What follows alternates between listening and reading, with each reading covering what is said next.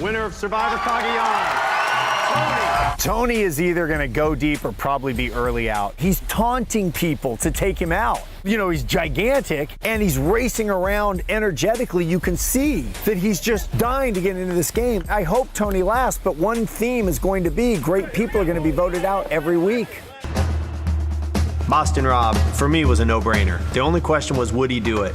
You know, Rob married Amber, who he met during Survivor All-Stars, asked her to marry him during the live show, then had a televised wedding when they did get married, and they just had a baby. And now he's coming back out here to play.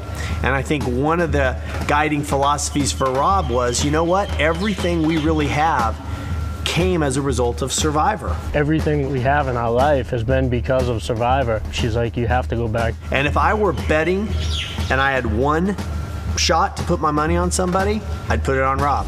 Jeremy, I was so happy to see him get on. Jeremy is another guy that was burdened by a loved one. Not only did he have to play with his wife, he had to go up against his wife in the very first challenge, and he beat her, and he sent her to exile. And I don't think he was ever fully clear from that point forward. And I love seeing Jeremy out here for him. Sandra, even though she's a two-time winner, is still underestimated because she plays such a quiet game. So if you're looking for game changers, you could argue and say, Sandra, what did Sandra ever do? Won twice with one simple move. Make sure it's not me. That one tiny, quiet move has proven to be the most lethal move in the game. How do you figure out who's good and who's evil? Sandra did things in the Pearl Islands like dump all the tribe food, all the fish they had, and then set it up so that her friend, Krista, would take the blame and then never tell anybody it was Krista. Sandra won the game doing stuff like that. Her whole mantra in Survivor Pearl Islands was, as long as it ain't me, that's a villain. Parvati engineered one of the greatest female alliances ever. They took out all the people that were loyal to them. They don't have a friend in James anymore. They don't have a friend in Ozzy anymore. And Parvati was the ringleader of that group. And for that, Parvati, in my book, is a villain in this game and is definitely somebody that could win again. I want to form a relationship with every single person out there. And it doesn't matter if I think they're a threat or not. I'm going to consider everyone a threat. Adam is a guy who's wanted to be on the show for a long time. He's a great representative of the millennials because he's a very different approach. Adam is full on serious, wants to play this game, already thinking about who he wants to align with. The thing working against Adam is, I don't know if he can hide that. Denise is a woman who is over 40, and that's gonna be a strike against her because lately Survivor's all about the young people. But Denise is really fit and really good with people. I have a feeling if there's anybody in that category she's in of an older woman, she's the one that could make it work. Ben is the personification of a hero. He protected the United States at war, and Ben will say, I'm not a hero, I'm just doing my job. That's why you're a hero. I'm a family man, I'm a dad, I'm a husband, I'm a son, I'm a brother, I'm a friend. I don't know, I'm just a good guy, a good old boy. Tyson's one of my favorites this season because he's maniacal. I don't know what he's gonna do. He's devilish.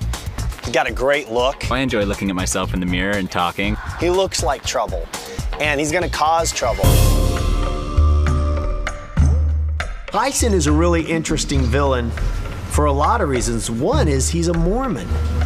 And he's a despicable villain. And he, as he said in his season, I love making people cry. You know, he really does. And I don't think it's a put on.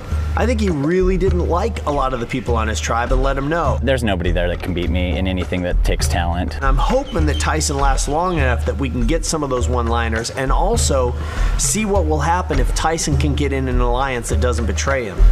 Kim is somebody that I think everybody's gonna root for. Sure, I'd love $1 million, but honestly, I just want to play big. I want to go and have a hell of a time. She's the all-American woman who is attractive and nice and loyal and seems like she has a real backbone, but is also very bright. She has a leadership quality, but I think she knows that the way to play the game is let somebody else lead. I think Kim will be somebody that people want to go deep in the game, a lot of guys will have a crush on, and she could walk away with the money. Sophie, if I had to guess just right now, one day into the show, it's going to be hard for her to fit in. You can't help it. Certain people, man, they start talking and you go, oh, wow, you're really smart. I don't want to talk anymore. I think I can come off quite blunt, perhaps slightly unapproachable. I'm not ready to pretend I'm dumb. I would say to Sophie, stay out of the way and just use your noggin like a game of chess and go where nobody's looking. Nick Wilson is a guy that is really complicated. He grew up in rural Kentucky. He took care of his mom until she finally passed away. He went to law school, became a lawyer. He went back, and that's where he is right now. He's a David so much that he's willing to forego the shot at Goliath and come back to help other Davids so that they can have a shot. He's a little quirky. He's really likable. He's got to find a solid alliance. Sarah, I actually think, is a very good player. She knew Tony was a cop before the game started. Will you be honest with me? Are you a cop? No way. Great awareness. And she went after Tony and said, I'm going to take him out. He's just like me, and I would get rid of me if I could. She lost. Game changer, though. I'm willing to make a game-changing move. I think Sarah might really surprise some people. Sarah's a favorite. I think the audience is going to love her. Cops have never done well on this. I've never understood why. I'm a different kind of cop. She seems to be really good with people at knowing when I need to get physical, and trust me, if I do, I'll take you down. And when I can say, we'll go without the cuffs. We're all right. Interesting thing about Tony, who is a cop, Sarah said before she ever heard him speak. He seems like that jerk cop that I was just talking about. I'm gonna bring everything but honesty, honor, integrity, loyalty. I like Tony, but I don't think Tony can win this game because I don't think Tony's going to be able to relate to people in the way they need to be related to. To me, Wendell captures everything we want in a Survivor contestant. Everything. Likeable, he's smart, he's got cool background of skills, he's got a great sense of humor, he can play the social game, he's a threat, which means he can be out early, but he's so gifted he could go all the way to the end. Those guys, when they walk in the room, men or women, for me, it's instant. It's not a second guess. Michelle has this magnetic draw. People see her and they want to be next to her or they want to know about her, and she knows that. She said it's always been that way. I use it, and I have no problem using it. But it's not just Michelle's looks. She's a fan of the show. And if you're smart on Survivor, a door will open because of your looks, and you will walk in and close it behind you. Danny is someone that I think people are probably going to get behind. She's in great shape, she's tall, and she's got a competition background. Natalie is a powerhouse. This is a Goliath, somebody you're a little intimidated to talk to. There's a bit of a free spirit that wants to come out. And I'm actually fun and sexy and I can do things. If she plays her cards right, should be the female version of Boston Rob. Amber, for me, was a no-brainer. The only question was, would they do it? You know, Amber married Rob, who we met during Survivor All-Star, then had a televised wedding when they did get married, and they just had a baby. And is probably the greatest overall winner we've ever had.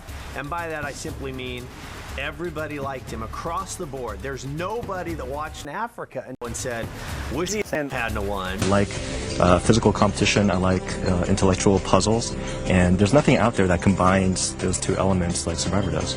With a Yale doctorate, a compassionate nature, and a whole batch of imposing muscle, Yul Kwon is the type of Renaissance man who has a great shot at winning the game. Yul could absolutely win this game. I'd be delighted if he did. He's a super likable guy.